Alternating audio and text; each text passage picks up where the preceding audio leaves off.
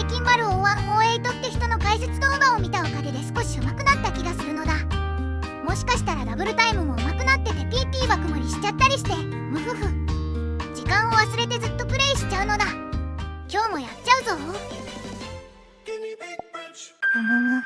AR9 のダブルタイムか。まあ最近僕は天才的に天才だからきっと大丈夫なのだ。ご立派。早い。難しい。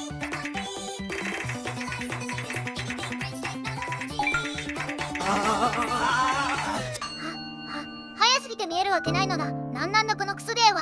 こんな乗り切るわけないだろ。ふざけんじゃねえ。二度とするかこんなクソゲー。10 minutes later. なんだかんだ押し合ってしまうのだ。悔しい。でも感じちゃう。あれ、誰か来た。今はそれどころじゃないのだ。あ、またダメだったのだ。ヨーヨー、アーシが来たぞ。どうしたのズンダモン。ヨーヨー紬、AR9 のダブルタイムが全然できないのだ。指も追いつかないし目も追いつかなくてどうしようもないのだ。バル0108ことなすちさんも AR9 のダブルタイムできないみたいだし、もうなすすべがないのだ。でもあの人最近 AR9 ダブルタイムできるようになったみたいよ。それは本当なのか。だとしたらその方法をぜひ知りたいのだ。じゃあアーシが聞いたことを解説していくわね。よろしく頼むのだ。それでは本編スタートなのだ。動画の最後に重大発表があるから最後までチェックするのだ。はじめにバル0108さんはもともとダブルタイムできない勢だったんだけど、つい最近ようやくできるようになってきたダブルタイム初心者プレイヤーという前提で聞いてほしいのよ。よい。それともう一つ、 AR9 にダブルタイムをつけると AR10.3 になるから、以前投稿した AR10 が見える方法の動画を見てる前提で話していくからよろしくね。よい。さて何から話そうかしら。やっぱり一番難関な AR が速すぎて見えない問題について聞きたいのだ。 AR9 ダブルタイムが見えるようになったきっかけってなんすか？ AR10 が見える方法の動画だけでは AR9 ダブルタイムは見えないのよね。 AR10 と 10.3 に大きな壁があるのだ。私が見えるようになったきっかけはごくり単純な話なんだけど、プレイ中の目線を変えたわ。目線？どういう風に変えたのだ？今まではダブルタイムに慣れてなかったせいかもしれないんだけど、ノートを叩く寸前付近を見ながらプレイしてたの。それを今では表示されたノートしか見てないわ。たったそれだけ？そうね。私にとっては目線を変えただけで見えるようになったから効果は絶大だったわ。カーソル見ないとミスるかもしれないので少し怖いのだ。まあそこら辺は AM の慣れよね。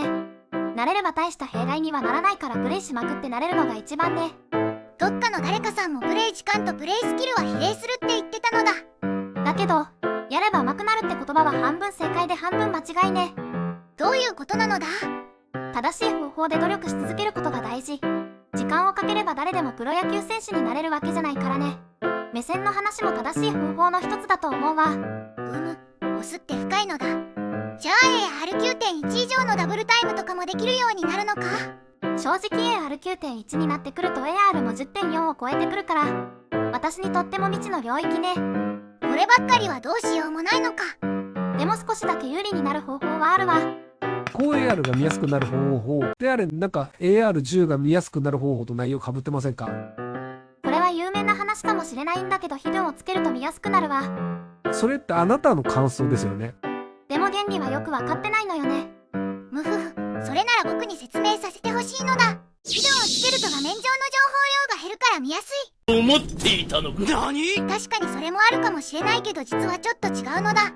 何か明確な理由でもあるの？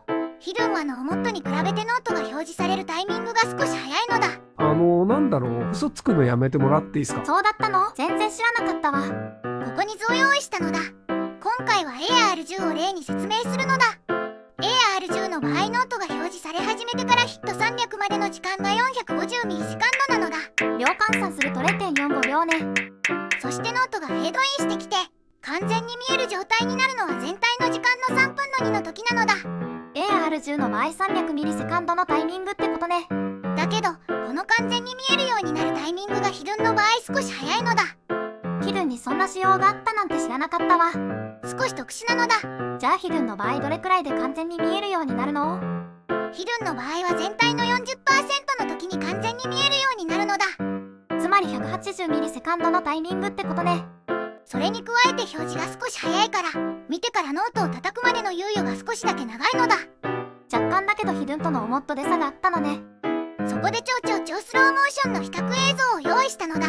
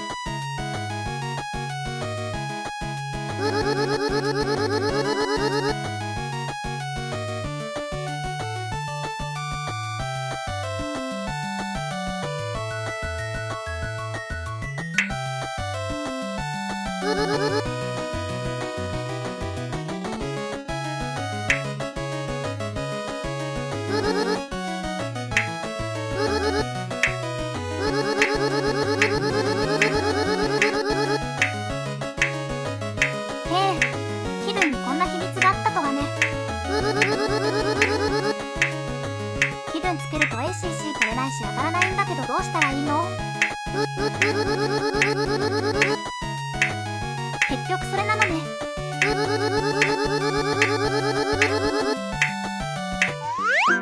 高 BPM の叩き方教えてもらっていいですか？バースト連打とシングルタップについて話すわね。BPM200 を超えてくると指が追いつかないのだ。かといって神々しは苦手だし、 BPM が速ければ速いほど指に力が入ってしまって疲れやすいし、連打の時に指が固まってしまうのよね。一体どうしたらいいのだ。解決方法は巷でよく聞く力を抜くが正解ね。でも脱力しながらプレイできないのだ。そうだよな。言い換えると各 BPM に適した力加減で叩くが正しい表現方法ね。180の力加減、200の力加減、220の力加減があるのか。今見てるプレイなんだけど、基本シングルタップで叩いてるんだけど BPM300 よこれ。300をシングルタップしてるのかこの人。頭おかしいのだ。力加減を理解してからは神々しよりシングルタップの方が簡単みたいよ。力加減のイメージが湧かないのだ。打楽器をイメージしてほしいんだけど、太鼓のように大きな力で叩くと疲れちゃうわよね。バチが重たいし力がすごく必要なのだ。それと比べてスネアロールとかは軽くて速く叩けるわよね。反動力と最小限の力で叩いてるのだ。大まかなイメージはそんな感じね。速い BPM になればなるほど力加減が絶妙になってくるの。力を入れすぎると指が固まるし、逆に力を抜きすぎるとうまく叩けないのだ。自分にぴったりの力加減が必ずあるはずなので根気よく探ってみてね。連打を叩く時の力加減でシングルタップするととっさの連打も追いつくようになるわ。キーのアクチュエーションポイントの位置をしっかり理解することが大事なのだ。そういうことよ。指を上げすぎると疲れてしまうし、上げなさすぎると押しっぱなしになってしまうわ。練習あるのみなのだ。バースト連打ができない人に多いんだけど、連打の2個目が遅い傾向にあるわ。初動から遅いのか。だから2個目を早く叩く意識でやってみてね。慣れないうちはほぼ同時押しでも大丈夫なのだ。慣れてきたらちゃんとリズムよく叩けるようになるからね。ところで交互押しのコツとかあるのか。ナスチさんは交互押しクソ雑魚だから、代わりに交互押しプロの人に聞いてみたの。お助けください。ついでにダブルタイムについて聞いてみよう。なんかそういう攻防士のコツとかあるんですか？日本人プレイヤーのベントさんとピーチさんに話を聞いてみたわ。2人とも交互押しプレイヤーでダブルタイムが得意なのだ。交互押しはキーを押しっぱなしにせず、タッタッタッと短く叩くといいらしいわ。ずんだもんはいつも長押ししてたのだ。短く叩く方がリズムよく叩けるそうよ。なるほど、今日から実践してみるのだ。ダブルタイムで意識してることについては、俺は高い AR 見えないから音をめっちゃ意識してやってた。それと3連の位置を覚える。だそうよ。高い AR が苦手。ベントさんのベストパフォーマンスって AR9.2 ダブルタイムのリモコンじゃなかったっけ？私もこう AR 見えるでしょって思ったんだけど、本人曰く基本覚えてプレイしてるみたい。ベントさんレベルでも見えないのか。完全に覚えるというより、曲の雰囲気や配置の流れをある程度覚えるとプレイしやすいらしいわ。だから3年の1を覚えるとも言ってたんだな。音を聞くとも言ってたからリズムよく叩くのが大事ね。 BPM 高くてもリズムを忘れてはいけないのだ。ピーチさん、神々しのコツを教えてください。すいません、答えとしてはわからないになっちゃいます。ダブルタイムしてるとき、左手に関しては動くがままにさせてるような感じなので、右手に 99.9% くらい意識がそがれてます。動くがままにさせてるがゆえに急にシングルでジャンプ叩くことになったり、交互で叩いたりしてるので、コツというコツもなさそうです。すいません。何か意識してることあるかと思ったけど違ったのだ。神々し奥に思ったことがなさそうね。天才肌というやつなのだ。それにシングルで叩くこともあるって言ってるから、完全交互というよりハイブリッド型みたいね。柔軟な叩き方してるのだ。他にダブルタイムで意識してることについても聞いてみたわ。ミスする箇所やミスしそうな箇所のジャンプの時に、そのジャンプの中心付近を見ながら AM してるそうよ。ダブルタイムの場合 BPM が速いからジャンプをひとまとめで見た方がいいのだ。これは取り入れられそうね。これでますますダブルタイムファームがはかどるのだ。有益な情報ばかりだったわね。2人とも教えてくれて本当にありがとうございますなのだ。今回も有益な情報ばかりだったのだ。少しでも役に立てれば幸いだわ。ダブルタイムって難しいからなかなか FC できないけど、 FC した時の脳汁が出る瞬間がたまらないのだ。ギャンブル依存症のそれね。よし、ここで重大発表。 4WC という世界ランキング4桁限定の世界大会予選を日本が突破したのだ。日本なかなか強いわね。キャプテンニクイマ率いる青とレーン、サバカ、ビジル、シュク、アンハッピークロ、ノブチ、そしてバル0108ことナスチ。この8年間日本代表で出場するのだ。ナスチさんが選ばれたのは奇跡に近いわね。我はリターンしかできないからリターン要員で選ばれたのだ。